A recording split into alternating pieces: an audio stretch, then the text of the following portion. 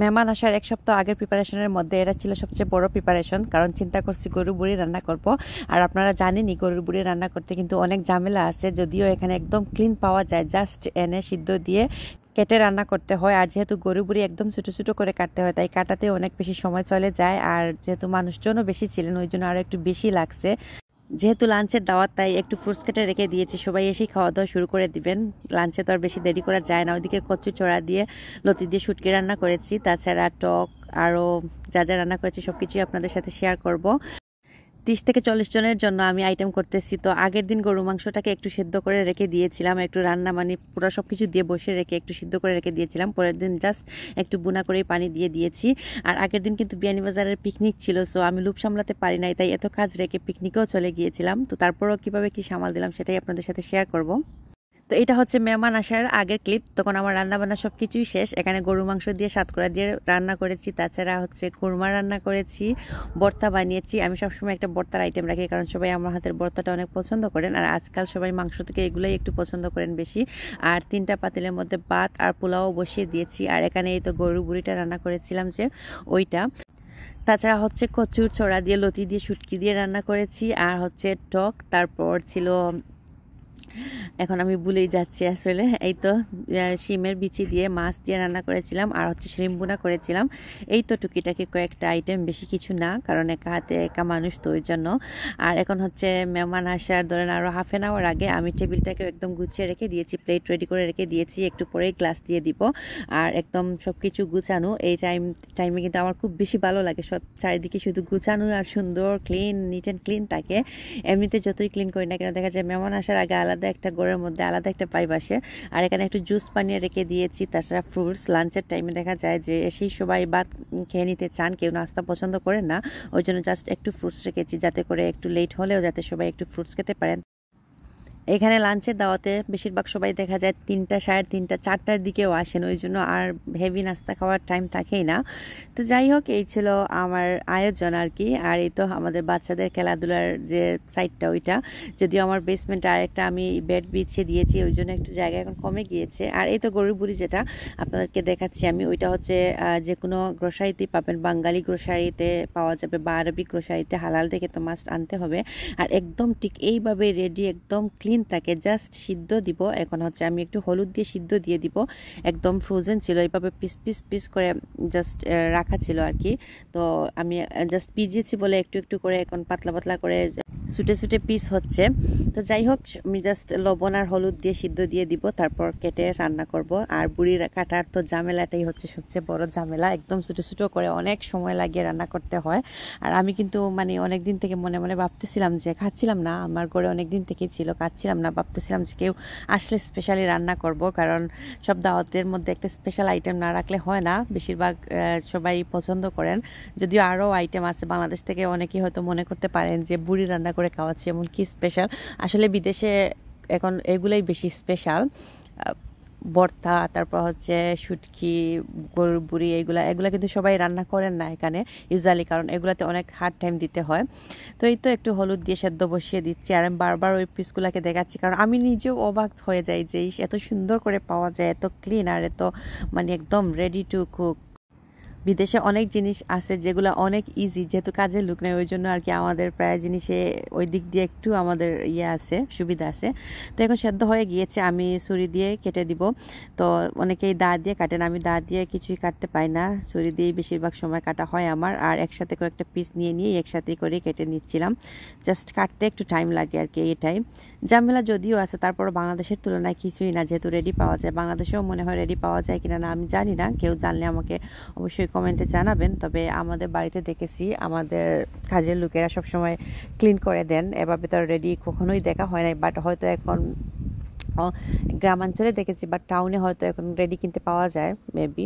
এখনও তো বাংলাদেশেও সব কিছুই প্রায় রেডি পাওয়া যায়, আমি প্রায় সময় দেখি অনেকের ব্লগে গ্রোসারিতে আইটেমগুলো যেগুলো দেখা যায় আর কি।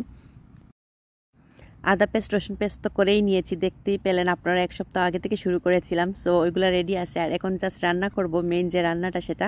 তো ওই জন্য পেঁয়াজটাকে কেটে নিচ্ছি। আর পেঁয়াজ কাটার ঝামেলাও কিন্তু আরেকটা বড় ঝামেলা, দেখা যায় কি অনেক বেশি পেঁয়াজ লাগে, এক হাতে কাটতে কাটতে কাটতে কাটতে শেষই হয় না।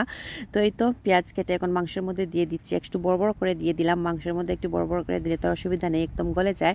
আর এখন গরুর মাংসটা বসিয়ে দিচ্ছি। আমি আর কোনো রেসিপি দিচ্ছি না, জাস্ট সিম্পলি দেখাচ্ছি, কারণ আমি রেসিপি রেকর্ড করতে যাই নাই ওই সময় একা হাতে। তো তারপর তাছাড়া আগের দিন আমি পিকনিকেও চলে গিয়েছিলাম, ওই জন্য দেখলাম যে আমি যদি রেসিপি রেকর্ড করতে যাই তাহলে আমার রান্না হবে না, কিছুই হবে না, পরে সব কিছু এলোমেলো হয়ে যাবে। ওই জন্য জাস্ট টুকিটাকি হালকা ক্লিপ রেডি, মানে জাস্ট ক্লিপ নিয়েছি। তো মানে কীভাবে জাস্ট আমি করেছিলাম আমাকে এটাই। তো আগের দিন আমি গরুর মাংসটাকে একদম রান্না বসিয়ে দিয়ে কিছুটা সেদ্ধ করে নিয়েছিলাম, আর পরের দিন একটু বুনা করে ঝোলটা দিয়ে দিয়েছি, মানে পরের দিন সকালে আর কি। আর এখানে হচ্ছে খুরমা রান্না করবো, তো ওইগুলোকে একটু তেলে প্রথমে ভেজে নিচ্ছিলাম। আগের দিন কিন্তু বড় বড় কাজগুলা এগিয়ে রাখলে দেখা যায় পরের দিন ইজি লাগে। আর এগুলো সবাই কম বেশি করেন। তো তারপরে যারা নতুন, অনেকেই তো নতুন নতুন সংসার শুরু করতেছেন, বুঝেন না, তো ওনাদের জন্য আর কি টিপসটা। সো আগের দিন থেকেই টুকিটাকি কিছু কাজ, মানে রান্না বান্না এগিয়ে রাখলে পরের দিন দেখা যায় যে সময় দেওয়া যায় আর কি ক্লিনিংয়ে। তারপর হচ্ছে অন্যান্য যে কাজগুলো থাকে, বিশেষ করে বাচ্চার মায়েদের ক্ষেত্রে দেখা যায় কি বাচ্চাদের সাথেই কিন্তু অনেকটা টাইম চলে যায়, ওদেরকে খাওয়াতে, ঘুম পাড়াতে, বেডে দেওয়া, তারপর হচ্ছে গোসল, সব কিছু মিলাই দেখা যায় ওদের সাথে আরও বেশি টাইম লেগে যায়। ওই জন্য আরও আগে আগে করে না রাখলে কোনো উপায়ই হয় না। আর এখানে হচ্ছে টকের জন্য মাছগুলোকে আমি ম্যারিনেটে রেখে দিচ্ছি, জাস্ট ইয়ে করে দিব, ফ্রাই করে তারপর দিয়ে দিব। তো এই ছিল আমার রান্না বান্নার ব্লগ। আমি আর বেশি রেকর্ড করি নাই, যেটা বলেছিলাম, জাস্ট রান্না কী করেছিলাম ওইগুলো তো আপনাদেরকে দেখিয়ে দিয়েছি। তো এখন মেহমান আসার 1 ঘন্টা আগের হবে, আমি একটু ফ্রুটস কেটে রেখে দিয়েছিলাম যে বলেছিলাম। সো এই তো একটা ওয়াটারমেলন কেটে রেখে দিয়েছি। সবাই দেখা যায় ওয়াটারমেলনই পছন্দ করেন, আর যাদের একটু খেতে লেট হয় না, এক ব্যাচ করে করে খেতে খেতে লেট হয়, তো দেখা যায় মানে কারো খিদে লাগলে 1 পিস ফ্রুটস বা সেই খেলে দেখা যায় একটু পেটের খিদাটা মরেও যায়। আর আবার হেভি নাস্তা রাখলেও দেখা যাবে যে পরে আর ভাত খাওয়ার ইয়ে থাকে না, তো এই জন্যই আর কি ফ্রুটসটাই রাখা। তো এখন ওয়াটারমেলনটা কেটে রেখে দিচ্ছি, আমিও সাথে খাচ্ছিলাম। আর আমার মেয়েকেও বলতেছিলাম যে একটু হেল্প করো, কিন্তু মালিয়া খুবই পছন্দ করে কিন্তু হেল্প করতে, ও এসে বলবে আমাকে কিছু হেল্প লাগলে ওকে বলতে, আর কিছু কাজ দিলে তো মহা খুশি। তো ওকে বলেছিলাম যে যাও, আরও ফ্রুটস আছে ওইগুলো নিয়ে এসে ওইগুলো ক্লিন করো। আলহামদুলিল্লাহ, আমার বড় সন্তান যে একটা মেয়ে হয়েছে, ওই জন্য খুব শুকরিয়া আল্লাহর কাছে আদায় করি। আমার মা সবসময় বলতেন যে বড় মেয়েরা নাকি খুবই লক্ষ্মী, মায়েদের অনেক হেল্প হয়। আসলেই আলহামদুলিল্লাহ, ও তো ছোটো মানুষ, কি আর হেল্প করবে, তারপরও এত বেশি আমার কাজে আসে ও। মানে দেখা যায় কি বিদেশে তো একা হাতে ওকে মানে যে কোনো একটা কিছু হলেই মালিহা ওকে দিয়ে ছোটোখাটো কাজগুলো করাই আর কি। আর ও খুব পছন্দ করে, আর এরকমই করানো উচিত, বেশি কিছু করাই না, তবে ছোটোখাটো যে কাজগুলো আছে ওইগুলো আর কি করাই ওকে, খুবই আমার হেল্প হয় আলহামদুলিল্লাহ। আর ওইদিকে ফ্রুটস কাটা শেষ হলে আমি হচ্ছে প্লেট, গ্লাস ওইগুলা ধুয়ে রেখে দিব আর কি, বাটি, তারপর হচ্ছে তরকারির জন্য যে বাটিগুলো লাগবে ওইগুলা। তো এই হচ্ছে আমার ব্লগ। আর ব্লগটা ভালো লাগলে অবশ্যই আপনারা সবাই শেয়ার করবেন। আর আস্তে আস্তে ট্রাই করতেছি রেগুলার ব্লগ দেওয়ার। আমি আসলে খুবই লেজি একজন মানুষ, তাছাড়া এখন খুবই বিজি, ওই জন্য ভিডিও রেডি করতে পারি না। কোনো সমস্যা হয় নাই, কিছুই না। অনেকেই আমাকে আস্ক করেন আমাকে কোনো প্রবলেম হয়েছে নাকি, কিছুই না, জাস্ট বোনার সাথে একটু বেশি ব্যস্ত। তাছাড়া বললামই তো আমি একটু লেজি, ওইদিকে আর টাইম দিতে মন চায় না, পরে টায়ার্ড হয়ে যায়। তো এই তো প্লেট গ্লাস রেডি করে রেখে দিচ্ছি। তাছাড়া তরকারি বাটি আমাদের একা একা সব কিছুই করতে হয়, এখানে কাজের লোক নেই যে বলবো, অর্ডার দিব যে প্লেট গ্লাস ধুয়ে দাও, বা আর কোনো হেল্পিং হ্যান্ডও নেই যে ওইগুলো হেল্প করবেন। তো এই হচ্ছে।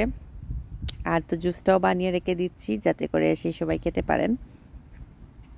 আর এখানে হচ্ছে বিয়ানীবাজারের পিকনিক ছিল, স্যাটারডে ছিল আর সানডে ছিল আমার ঘরে দাওয়াত। তো লোভ সামলাতে পারি নাই, যেটা বলেছিলাম আগের ব্লগে।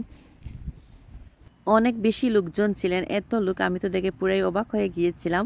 আর এখানে ভাবতেছিলাম যে জাস্ট হাফ এন আওয়ার যাবো আর আসবো, কারণ পরের দিন আমার ঘরে মেহমান আসবেন, আর আগের দিন যদি আমি ঘুরতে বের হয়ে যাই তাহলে কীভাবে কি। তারপরও কেন যেন গিয়ে আর আসতে মন চাইতেছিল না, এত ভালো লাগতেছিল। তো সবাই ভালো থাকেন, আজকের ব্লগ এই পর্যন্তই। আল্লাহ হাফিজ, আসসালামু আলাইকুম।